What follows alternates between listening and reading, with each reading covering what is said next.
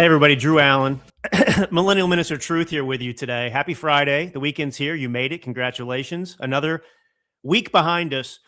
So, Hunter Biden's favorite ex-Congresswoman, pronoun, blocked me just the other day. Any guesses about who it was? It would be Marjorie Trader Green, Marjorie Taylor Brown, MTG. And I'll explain it in about 10 minutes. But so here's what she posted. And I'll tell you what I said back. She put up this video Tuesday. I think it was on Tuesday. And she said, I think 1 month ago today, she and Brian, this is her new husband, she's cheated on all, the past husband with 18 different guys, tantric sex guru and whatever else. She's a Miss Infidelity. But anyway, she and her new husband, Brian, who I don't know anything about, I think he's probably a decent guy. But anyway, they got married in Las Vegas. And she said, here's a glimpse of our special day. I think it was about 52 seconds long. It was filmed and credited to her husband, Brian Glenn. That's his full name, who I don't know if he still is, but he was a working television journalist. And I replied, in the comments below, I said, why do you film everything to promote yourself like Kardashians? You're so desperate for attention. So, it took about 9 seconds of my life and I'd write it again. And by the next afternoon, I got it and looked and I was blocked. And, the block is a small thing. What's underneath it is not. Just for some context about how petty and pathetic these thin-skinned people are. Her post did, at least at the time, like 177,000 views, impressions, whatever. Not everyone's like watching the full video. But my reply did 1,151. 1,100. She has millions of followers, right? I am, in the scheme of MTG's life, a rounding error with a microphone out here in California. And she couldn't leave it there. And by the way, MTG won't even know this, but like I did PR for her crappy book that didn't sell. I was her publicist, and MTG has no idea that I was her publicist, but I was her publicist.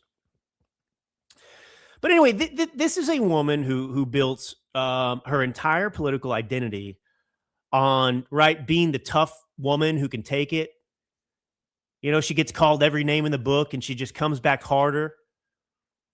Who's told her constituents for, 6 straight years, the difference between her and the rest of Washington is that, she doesn't care what they say about her. Anyway, 1,100 views from a guy in wine country, and she felt compelled to reach for the block button. And it's funny, too, because I think it was January of 2022. Twitter, it was called Twitter back then, remember? They permanently suspended her personal account over COVID posts, which was horrible, obviously. I don't support that. That was a nightmare for so many people. But she spent that year as the loudest voice in America on big tech silencing conservatives, or one of the biggest voices, I should say. She raised money on it. She gave speeches about it. And then Musk buys the place, I think that November, and he put her right back on. And she uses the restored town square to block people. So, the most censored woman in America, folks, who cannot survive 1,100 views of a man being honest, actually, about a wedding video. And you do see this with MTG, right? And this is the problem with most politicians. They're not really interested in governance. They just want to be celebrities. And that's the route they take, and that's the route MTG obviously has taken too. And that's what I was reacting to. And it doesn't have anything to do with her wedding. Obviously, people film their wedding, their special day, whatever, even if in MTG's case, it's her 66th wedding.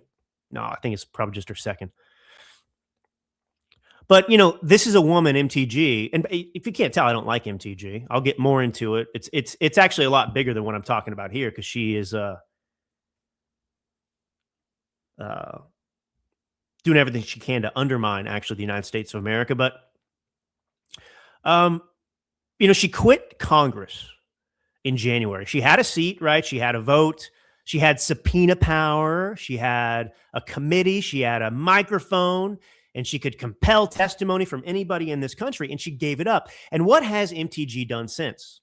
Taking photos with Tucker Carlson, obviously. We'll get to that in a little bit. But she has become an account.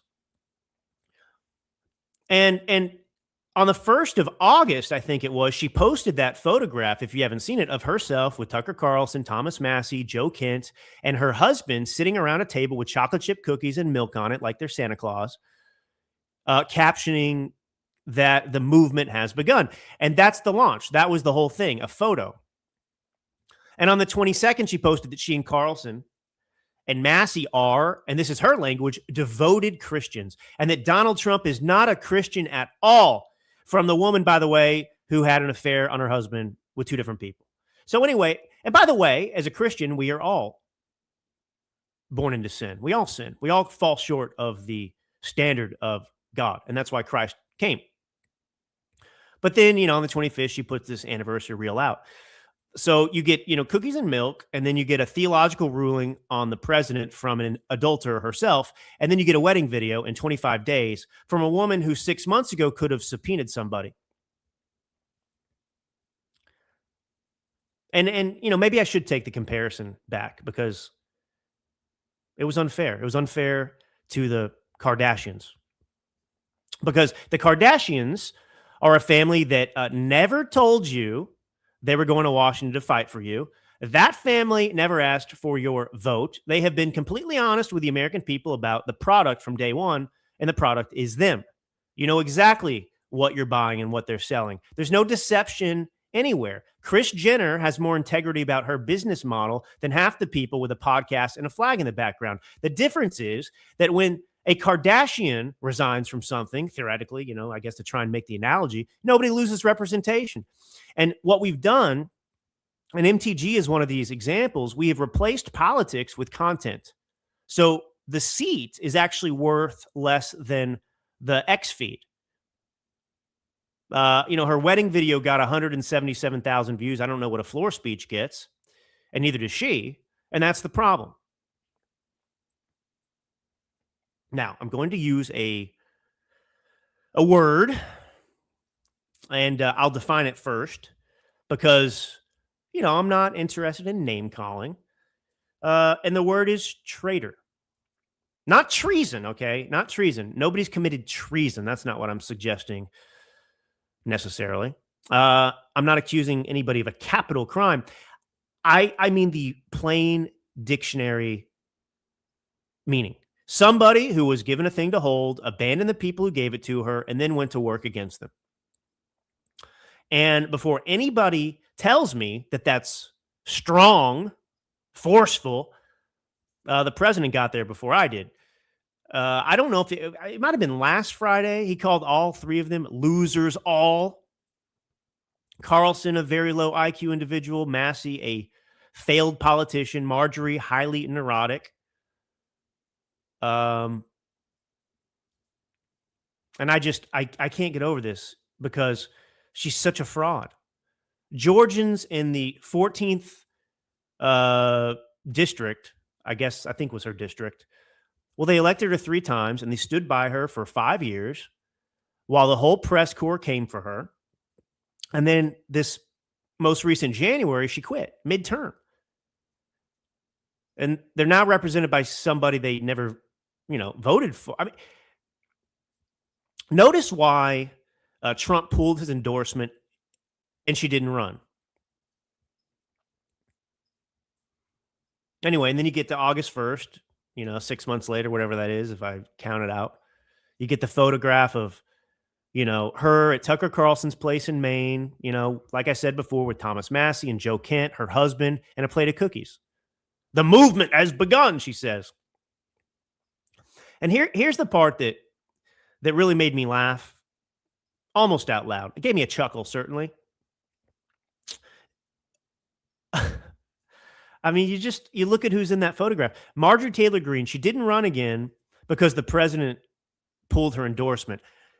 Thomas Massey in the photo, he lost. He ran a Republican primary in May, and he got beaten by a Trump-backed challenger. So the voters of Kentucky's 4th district looked at Thomas Massie and they said, no, thank you. And then Tucker Carlson, I guess everyone's trying to get him to run, but I think he said out loud that he's not running for anything. That's what they always say, right? So anyway, the bold new independent movement that is represented in this photo with Tucker Carlson, right? It's going to rescue American conservatism consists of what? A woman who quit, a man who lost, and a guy who says he won't run. Folks, that's not even that's not a party. That's a support group. And I take it more seriously if I could work out the founding grievance because,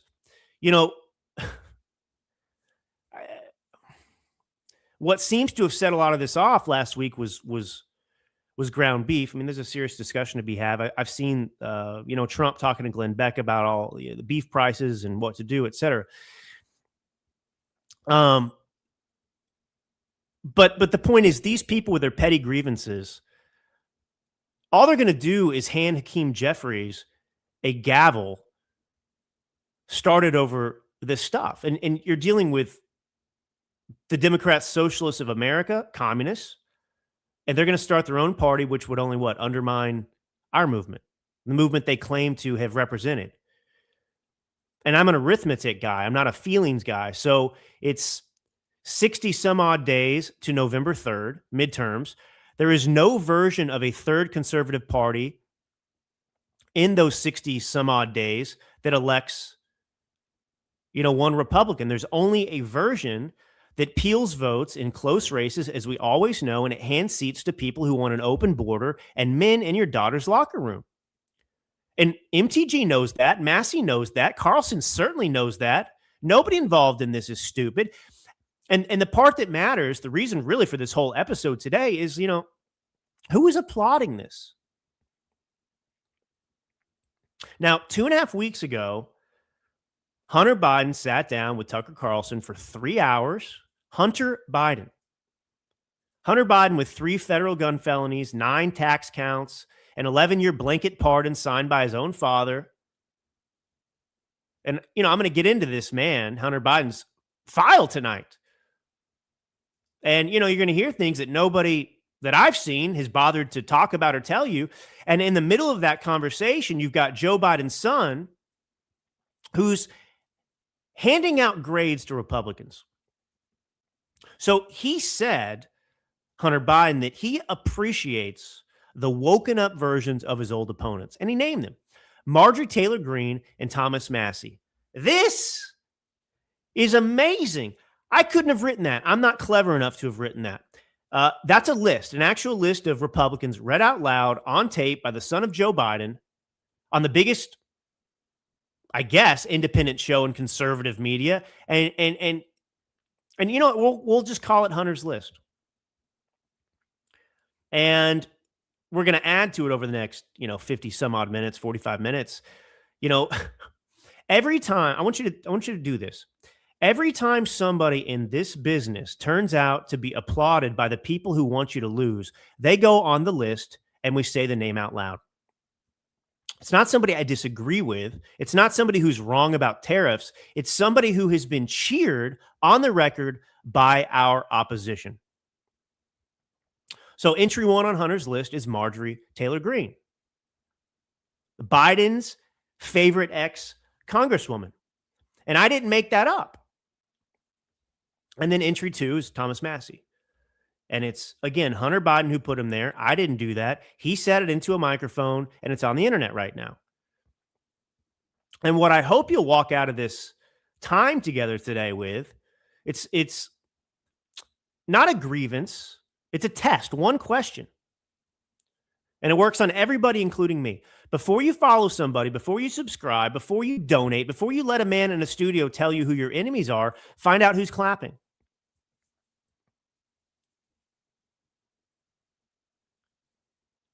Because the other side will tell you, it turns out. They'll tell you right out loud. Hunter Biden just told you. Hillary Clinton is about to tell you. Jimmy Kimmel's audience told you with the former fat guy, Jelly Roll, which I may or may not have time to get into today. But Candace Owens is going to tell you 3 separate times tonight. And the third one is going to make you sick. And none of these people are hiding it. Nobody's hiding it. So, Hillary Clinton, we're going to get into as well in a minute. So, um, Hunter Biden, just as a refresher, I mean, the FBI authenticated the laptop in open court. And not one of these shows, Tucker Carlson, et cetera, told you that, because he's going out there blaming the Jews for the laptop or something. It's just insane. And then we're going to get into, Plymouth, Massachusetts. I mean, the jury is still out right now. They've been deliberating again today over those 3 children who were killed by their mother. And, Candace Owens went on the internet and said their mother is obviously not guilty. But anyway, I'm Drew Allen, of course, broadcasting to you from the Napa Valley. And we're going to keep going. But first, what if one capsule a day could help you feel full, reduce cravings, and actually enjoy eating less? Meet Appetite from the Wellness Company. You've heard me talk about the Wellness Company. A groundbreaking formula that helps you take control of your hunger, boost metabolism, and feel fuller longer. It features, hard name to pronounce, Akkermansia, a next-generation probiotic shown to boost GLP-1, the hormone that controls appetite and metabolism. It's paired with saffron to curb emotional eating, reduce stress, and support balanced serotonin levels. There are no stimulants needed. Appetite also includes GLP-1 and GLP-2, activating probiotics plus prebiotics like inulin and green banana to keep you satisfied and support gut health. It's time that your gut controls your thoughts and your mind takes a little break. And with this unique combination of amazingness that is engineered into one convenient capsule, it's ready to work naturally with your body. You can head to dailyclouthealth.com and use code dailyclout to get 10% off plus free shipping. Again, it's dailyclouthealth.com and use code dailyclout to get 10% off. Take control of your health, all right, with the Wellness Company. All right, so let me show you what they're splitting our vote in front of. So Monday, I think it was, Hillary Clinton sat down with the Hamptons Institute. C-SPAN carried it. And she got asked about the fight inside her own party between the center left and the Democratic Socialists. Now, I don't have the clip to play, unfortunately, today, but her words, she said the Democratic Party right now is, I think, going through a kind of experiment. Like who can actually respond, particularly to young people's very real concerns about where they are at this point in their lives and what kind of future do they have for themselves. I think that is healthy, end quote. An experiment, she says they're conducting. That word is doing a tremendous amount of work, folks. An experiment is what you run when you don't know the answer. We know the answer. The human race ran this experiment. Russia, China, Cambodia, Cuba, Venezuela, the wealthiest country in South America inside my lifetime, and now people eat out of, garbage. East Germany, where they built a wall, and notice which direction that wall faced because it was not built to keep people out. And the results of all these experiments came in with a body count in the tens of millions. Nobody on earth needs another trial. And the woman who ran against Bernie Sanders in 2016 and beat him in the primary, who spent that entire primary telling Democrats his ideas didn't add up, she went on a stage Monday and called it healthy. Socialism. And here's what she actually means. So let's translate it. She isn't saying, let's find out if socialism works. She knows. She's Hillary Clinton. She's read a book or two. She's saying, let's find out if it sells. The experiment is not the policy, okay? The experiment is you, whether a generation that can't afford a house is angry enough to buy something their grandparents spent 40 years containing. And here's the part that got me. And I sat with this for quite a while. In that same conversation, the same sitting, broadcast on C-SPAN. Hillary Clinton was asked what the founders would make of America today. And she said they'd be appalled. She said George Washington would be heartsick. So she's got the founders on her mind. She's thinking about 1776 on Monday afternoon. And she still can't see it. You know, there is one experiment in this country that the Democratic Party will not run. One, they will experiment with socialism. They'll experiment with abolishing prisons and abolishing borders. They'll experiment with a man in your daughter's locker room, with cashless bail, with defunding the police department, with letting a city like New York freeze the rent and watch the buildings rot. The only experiment they will not touch is the original one, the one that started in Philadelphia: limited government, enumerated powers, a man keeping what he earns, a Bill of Rights that tells the government what it may not do to you. 250 years old, and it produced the freest and wealthiest nation in the history of the world, and it is sitting right there, fully tested, and it is the one thing Democrats will not try.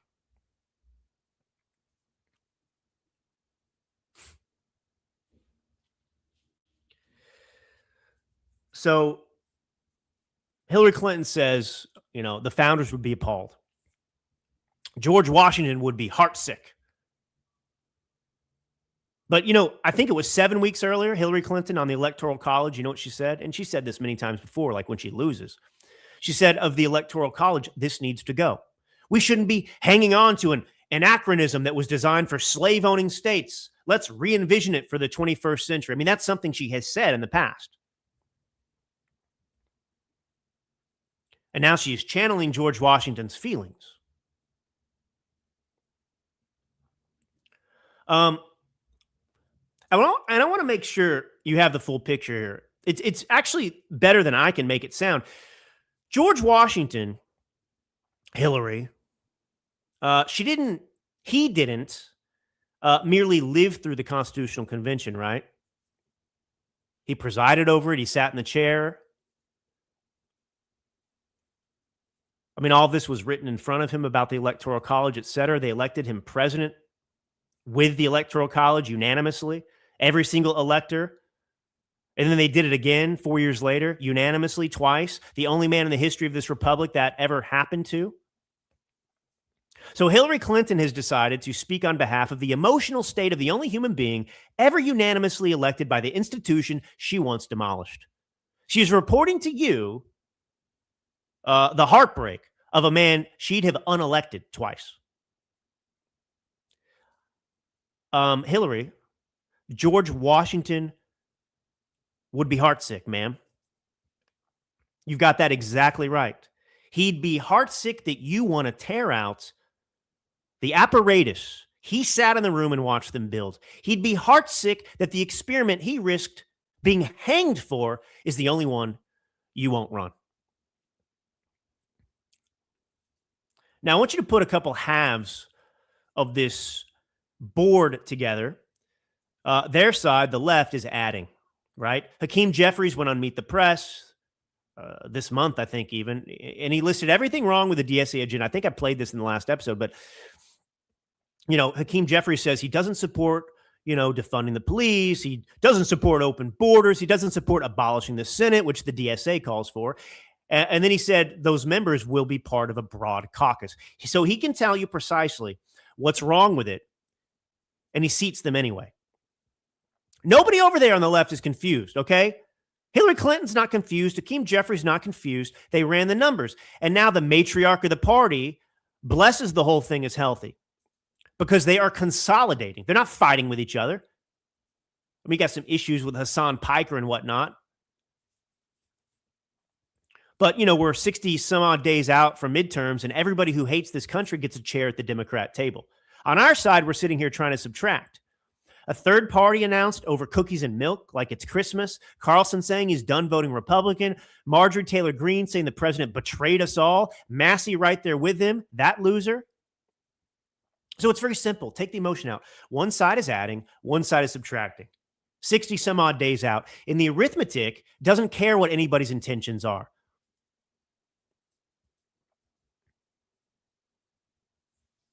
And people ask me, oh, well, is MTG, is she working for the Democrats? I, I know that this works to benefit the Democrats. I don't have a meeting that she went to. I don't have an email. But what I have is a scoreboard. And on the scoreboard, in the fall of 2026, every single thing those people do makes it more likely that Hakeem Jeffries holds a gavel in January and that Hillary Clinton's experiment gets a Congress to run it in. You don't need a conspiracy when you've got a objective subtraction problem. Now, who's clapping out there for Hillary Clinton? The Democratic Socialists of America. Every candidate running to abolish a prison, a border, or a police department, every 24-year-old who thinks a landlord is a war criminal, she looks out at that and she called it healthy. She knows who's applauding. She counted the room before she opened her mouth. That's a woman who's doing arithmetic. And Hunter Biden, who is a lot of things, but not entirely stupid, he did the same arithmetic and he named the two Republicans that he's fond of now. He's looking at the board.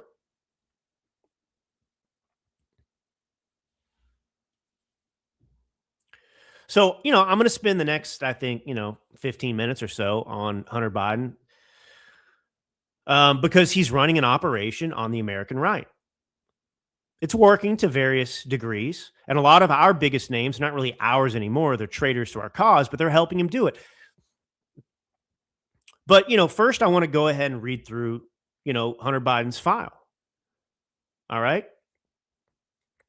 You've got Ukraine, April 2014. Hunter Biden joins the board of Burisma Holdings, a Ukrainian gas company. He's got no background in energy, doesn't speak Ukrainian. He never worked in Ukraine.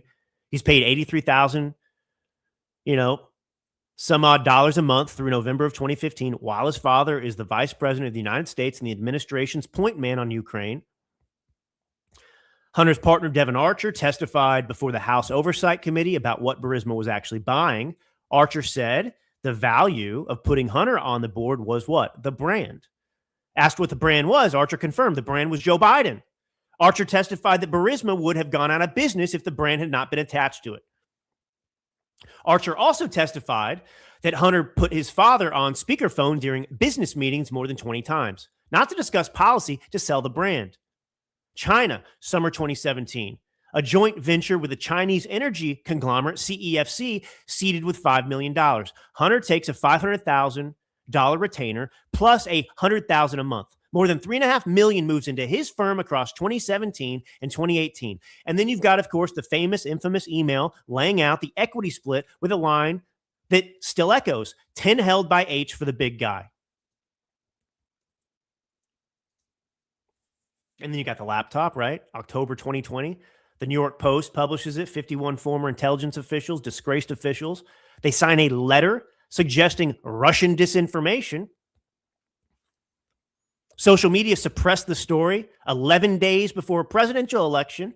And then in June of 2024, in a federal courtroom in Wilmington, Delaware, at Hunter Biden's own gun trial, prosecutors enter that laptop into evidence. And an FBI special agent testifies that investigators confirmed it was his by matching the serial number to his iCloud account.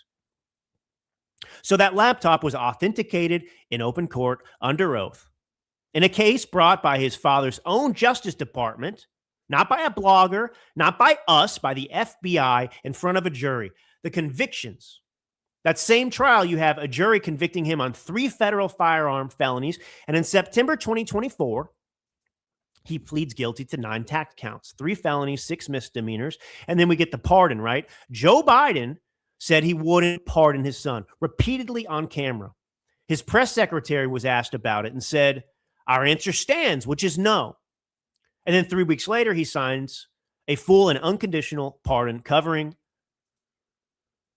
and here the actual language, offenses committed or may have committed during the period from January 1st, 2014 through December 1st, 2024. So anyway, this is, over a decade. Hunter Biden obviously has been disbarred. And so look, that's just the background on who Hunter Biden is. Now, here's the same guy, Hunter Biden, this May. I don't have the clip for this, unfortunately. I'll just tell you what was said. But he sat down in Candace Owens' home studio in Nashville. And she listens to him say, I paid my taxes late and I paid them with penalties and interest. And I owned a gun for 11 days while they say I was addicted and checked that box. That's it. That's it. Hunter Biden says that's all he did. He paid his taxes late. He owned a gun for 11 days. He lied in the box, And Candace Owens didn't say a word. And, if somebody out there wants to accuse me of being unfair to Candace Owens or the host, imagine if Don Lemon spent an afternoon nodding along while Donald Trump Jr. described 6 federal felony convictions as a paperwork thing and a gun I had for a week. What would we call that? An infomercial? We wouldn't call it a long-form interview. So anyway, here's what's new. All right, so Tucker Carlson is also on Hunter Biden's list. So we got MTG, we got Thomas Massey, now we got Tucker Carlson. Now, Tucker's not on the Hunter list of his favorite people because Tucker interviewed him. Interviewing him is fine. He's on there because he came out the other end apologizing to Hunter. And basically Hunter walked into the studio with Tucker Carlson, and then he walked out lighter than he walked in.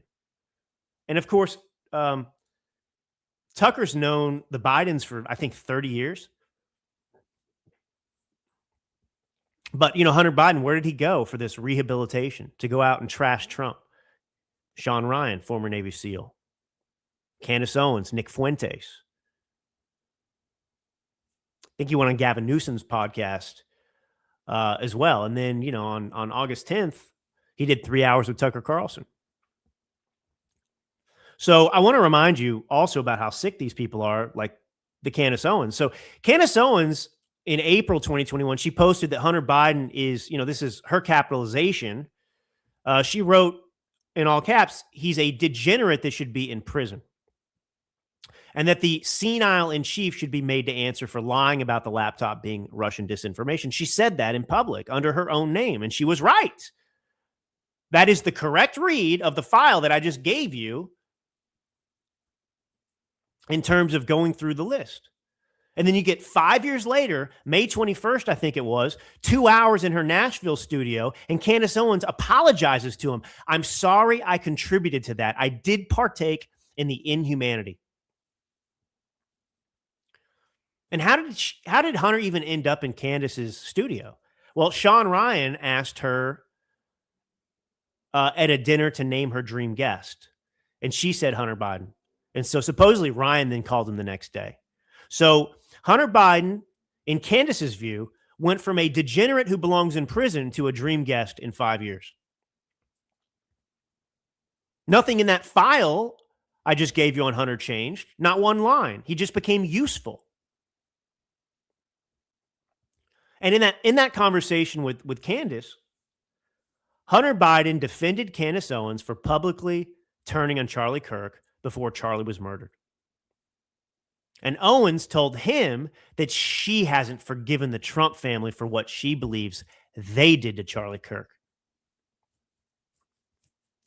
So you got the son of Joe Biden sitting in a studio in Nashville, comforting a woman about our dead. And she takes the comfort from him.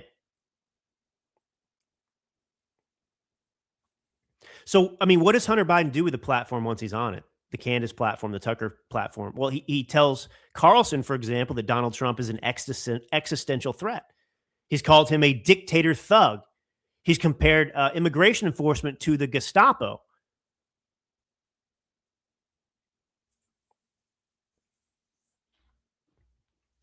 And there's no pushback.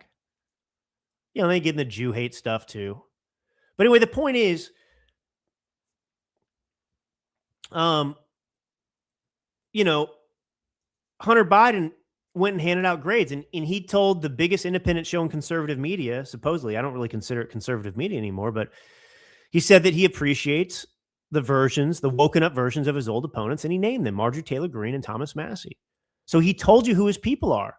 We spend all our time arguing about who's really on our side. And the son of Joe Biden read the list out loud on tape, and half of us took it as a compliment.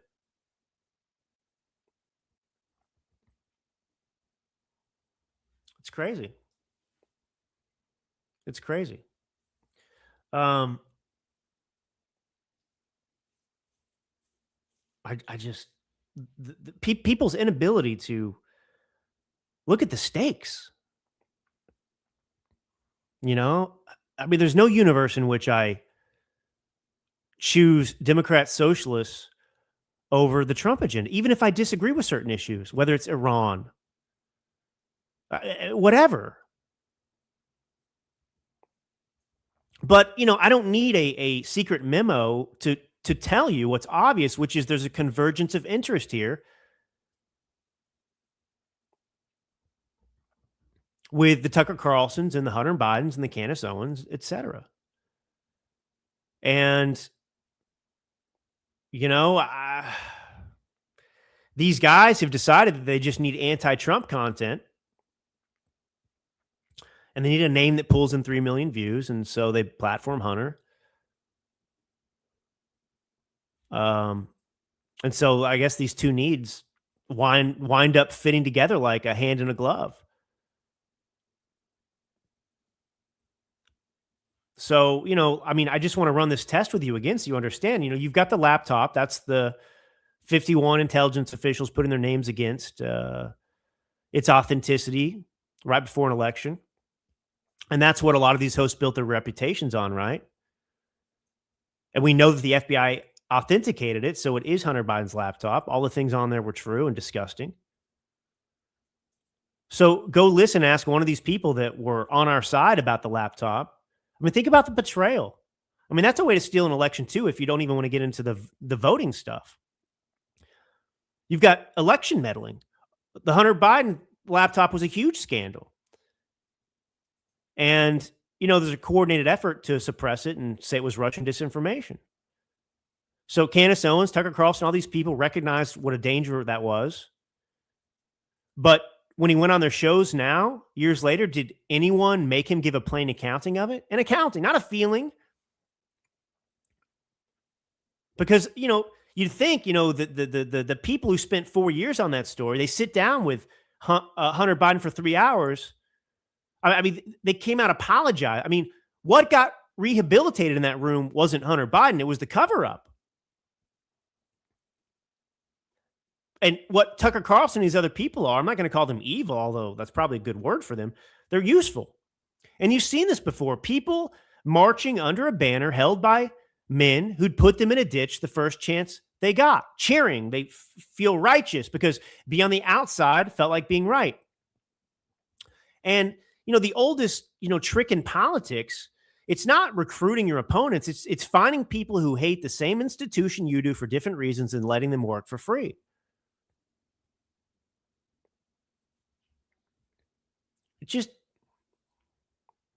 And I think what's hard about this for people is that we built this, right? We built the alternative media. We built it because the legacy press protected people. That was the pitch for 15 years. And then after all that work,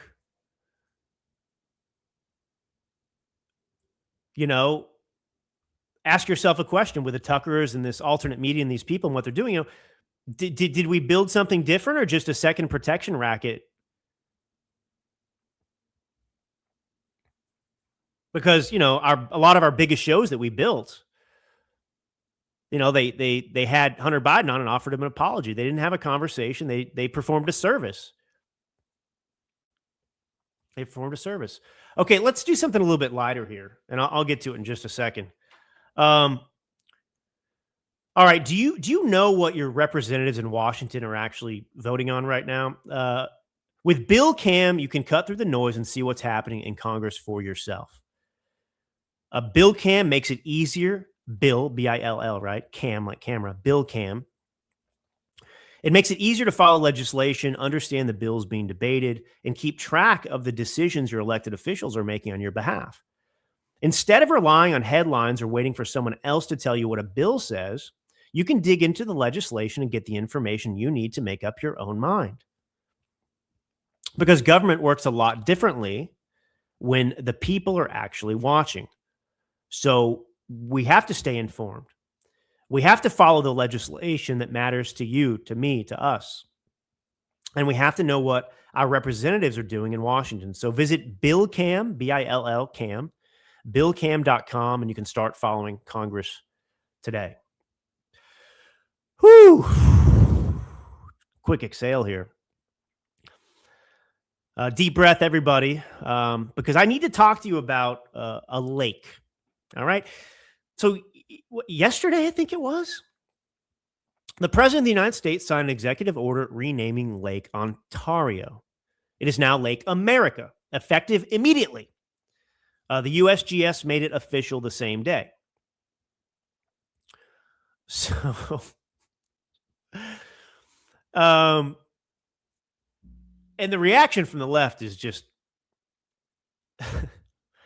I mean, you know, they're melting down. Grown adults, credentialed people, journalists with verified accounts, right? They're coming apart at the seams over a body of water. It's authoritarianism. It's erasure. It's an attack on our allies. Canada's such a great ally, partnering with the communist Chinese. Yeah.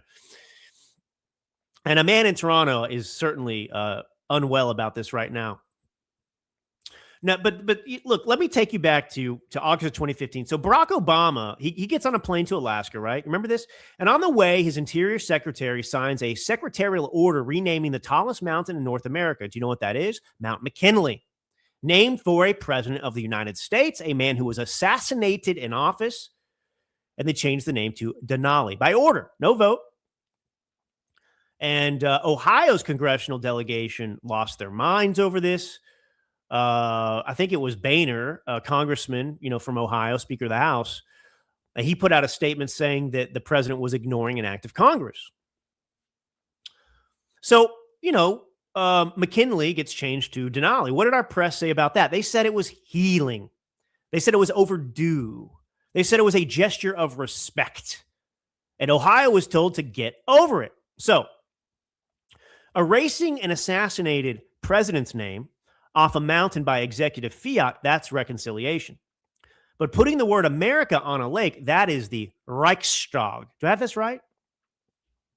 But this is what kind of makes me laugh because, you know, renaming a lake is small potatoes compared to what these people have been doing to the English language for 15 years. They renamed an illegal alien. He became an undocumented immigrant and then a migrant. And then in New York City, he became a newcomer. They renamed a riot. A building on fire behind a live reporter became a mostly peaceful protest. They renamed a recession. And appreciate this one, by the way. On the 21st of July, 2022, the White House Council, Biden's president, the White House Council of Economic Advisors published a blog post explaining the 2 consecutive quarters of falling GDP is, in their words, neither the official definition nor the way economists evaluate the state of the business cycle. They didn't argue whether we weren't in one. They went after the dictionary. And 7 days later, the second quarter number came in, negative, 2 straight quarters. So they renamed what a recession was. And then, of course, they renamed a vaccine. On the 1st of September 2021, the CDC quietly changed, if you recall, the word on its own website from producing immunity to producing protection. One word. Nobody announced it. They renamed a mother. A sitting member of Congress stood up and testified about her own pregnancy and called herself a birthing person. This was Cori Bush, if I recall correctly. And then Ketanji Brown Jackson, or Jackson Brown, or whatever it is, in March of 2022, when she was a nominee to be on the Supreme Court, she was asked to define the word woman under oath in front of the Judiciary Committee. It was Marsha Blackburn that was involved in that exchange. She said, can you provide a definition for the word woman? And the answer was from Ketanji, can I provide a definition? No, I can't. Not in this context. I'm not a biologist. Not a biologist. Folks, these people renamed your mother. They renamed the economy out from under you while you were standing in it. They looked at half the human race and said the word is too hard. And every single time you objected, you were told you were a bigot or, economically illiterate or something worse. And then Donald Trump, he writes Lake America on a map, and suddenly the language is sacred. Suddenly words have fixed meanings that a president must not touch. Suddenly there are institutions. The left was never against renaming things. They're against you holding the pen. And it's the same thing I've been at in a way this whole, 45 minutes so far. Somebody could say the plain word, illegal, riot, recession, mother, woman. I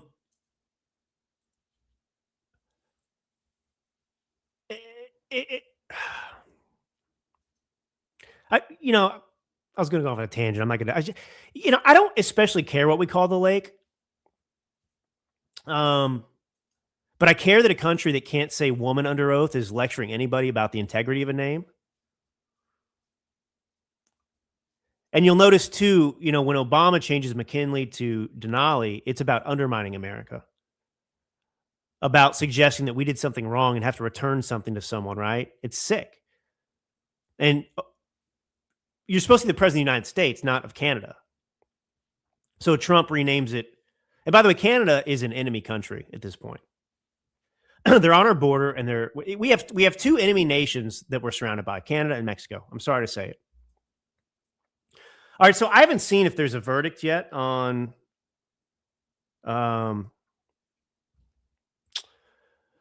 this trial about the woman who killed her kids. But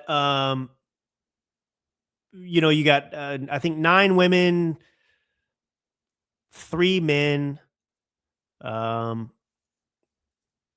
Is the breakdown on the jury, but anyway, I don't know if the verdict's there. Maybe somebody can explain. I'll look at some comments here.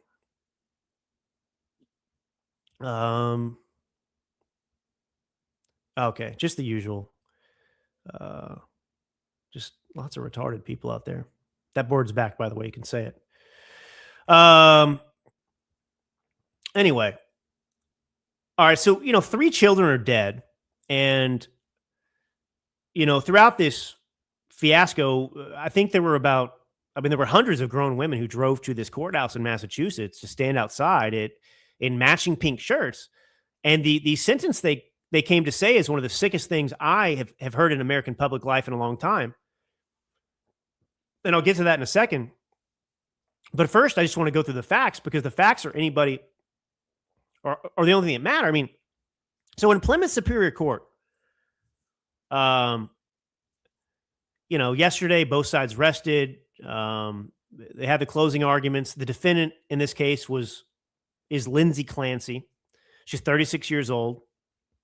She was a labor and delivery nurse in Duxbury, and she pleaded not guilty by reason of insanity to 3 counts of first-degree murder.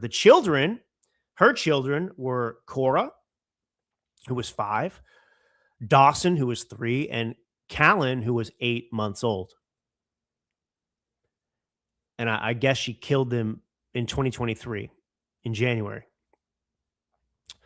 And her attorney is this guy named Kevin Reddington. And I want to be specific about what the defense actually is. Reddington didn't dispute that she killed the children, right? He's never disputed that. His argument is that she could not be held criminally responsible because she was in the grip of postpartum psychosis. And he's argued that she was badly overmedicated in the weeks before. So the prosecution's position, obviously, is that she acted intentionally and rationally, that she planned it, and that she got her husband out of the house on an errand to make the time. And so we had the jury. They heard from experts on both sides for weeks. You had a prosecution psychologist that testified she killed the children because she planned to take her own life and wanted them with her rather than left behind. This person noted the voice she reported hearing was never something she described before that day or afterward. And he said that's an unusual pattern. And then we had the last witness, who was a senior psychiatrist with the FBI's Behavioral analysis unit who testified that she had the capacity to appreciate right from wrong. So if she's convicted of first-degree murder, it's life without parole. If she's found not criminally responsible, she goes to a state mental health facility. So, first things first, postpartum psychosis is a real thing. It exists. It's rare, really rare. It's terrifying. And the question that they're trying to get at, especially the defense, is, okay, well, is whether or not this woman had it on that day. And that's for these 12 jurors to decide with the evidence in front of them. And obviously, they can't decide right now, not unanimously. And that's the burden they have. But I want to get to these women and this sick reaction that just shows how just spiritually broken many people in this country are. So you had like 300 people that gathered outside the courthouse. I think it was on the 20th. So, a week or so ago, a little over a week ago. And they're wearing pink. It was mostly women. And the shirt said, "Believe." They said she needed help. They said, "Peace for Lindsay."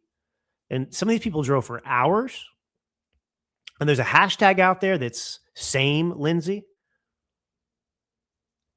And the woman who organized this particular protest, I guess it was named Renee Kimball. And she explained why they came. And I want you to hear the actual sentence that she used. She said, "It could be any one of us." It could be any. No, it couldn't. Folks, that is a monstrous sentence to say. It's monstrous because almost nobody has stopped to actually notice what it actually claims. So the defense is making a very narrow claim. This woman, this illness that day, and the rally is making a claim about every mother in America. It's saying that what happened in that house, a woman murdering her 3 children, is on a continuum with what any exhausted woman with a newborn might do. That it's a matter of degree and luck and how much help you got. And once you say that, something happens to the 3 children that I don't think most of the people saying it intend. The 3 children stop being 3 children. They turn into something that happened to Lindsay. Do you understand? Bad luck, a storm that came through.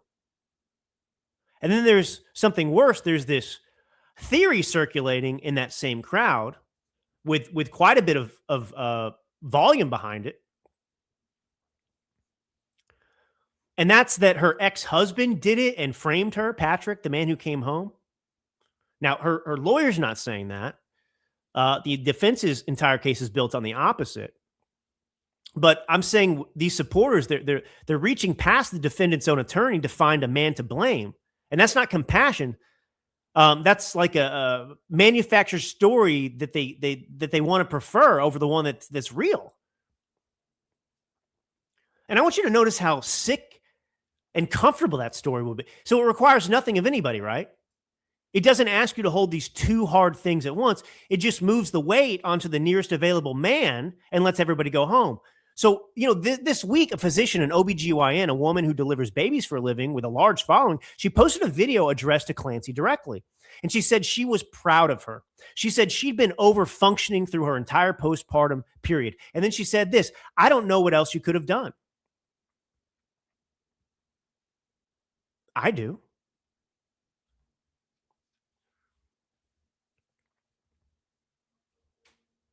So Candace Owens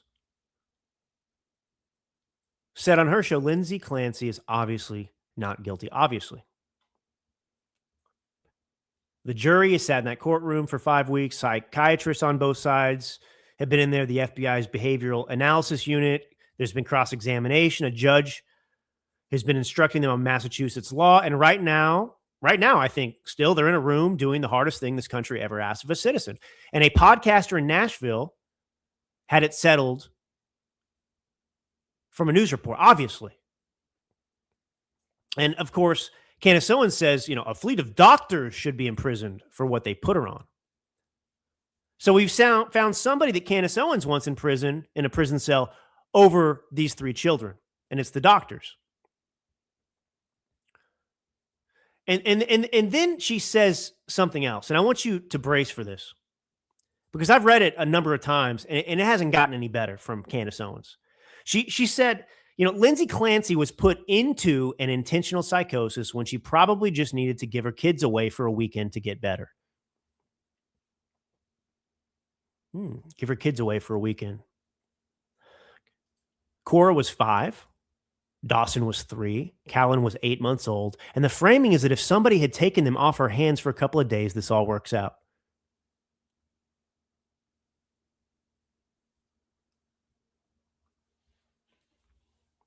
It's incredible.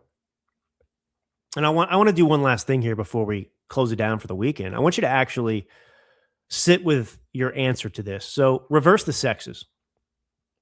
A father, 3 kids the same ages, same house, same evening, same everything.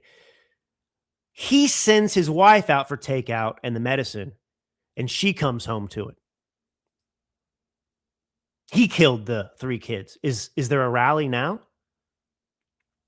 Are there 300 people outside the courthouse in matching shirts that say believe? Is there a hashtag where fathers post same Dave? Is there an OBGYN on the internet telling him she's proud of him?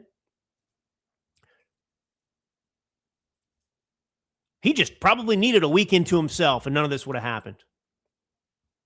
The answer is no, and there isn't, and I know there isn't, and every single person watching that trial knows there isn't. That man would be the most hated human being in North America inside of 6 hours, and nobody would be asking what medication he was on.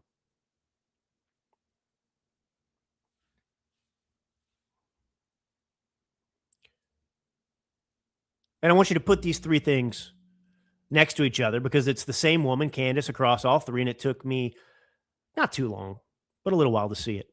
So 2021, Hunter Biden is a degenerate who belongs in prison. This May, 2 hours in her studio and an apology.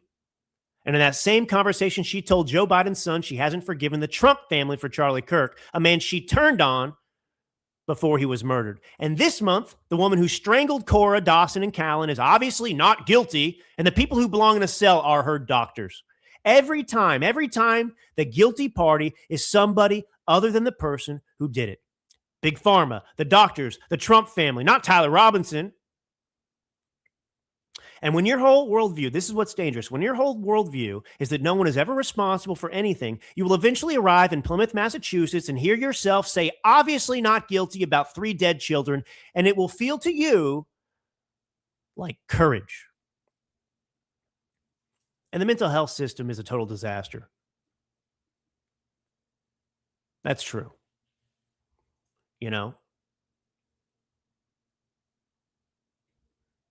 But you can believe that there are issues with mental health, etc., and also believe 3 children were killed and somebody killed them. Both can be true. At the same time, it's not complicated. It never was.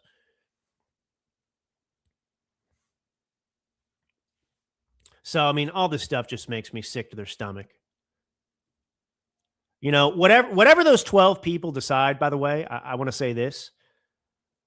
The crowd in the parking lot will still have chosen the wrong sentence. A verdict's not going to fix that. Cora was 5. Dawson was 3. Callan was 8 months old. Say their names. They're the only 3 people in this story who don't have anybody speaking for them.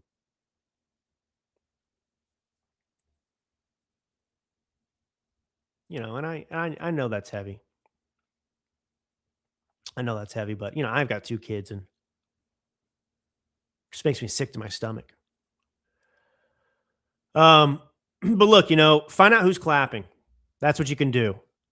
That's all the litmus test you need. We've spent, a decade arguing about who's really conservative, and it's not really gotten us anywhere. You can't always see into a man's heart. You can't always audit his sincerity. And neither can the guy with, 1 million followers telling you he's the only honest one left. But you can look at the back of the room It's the one thing they can't fake, right? Because the applause isn't coming from them. It's coming from people who want you to lose. So Hillary told you. She called this socialist experiment healthy. Hunter told you. He read their names. Candace Owens told you multiple times. They're not hiding this. Nobody is hiding this. All right. There's one entry left, though. One entry left on Hunter's list, and it's not their name. It's you. If you sit out November 3rd, and some of you are going to, and you've already got the reason picked out, and it's a good one, it's about a war or a bill or a man who disappointed you, somebody's going to clap, and it won't be me. It won't be the people in your church or on your street or at your job. It'll be a room in Washington that has spent 60 plus days praying you'd find a principled reason to stay home. That's the applause you'd be playing to. There's not a lot of time till midterms.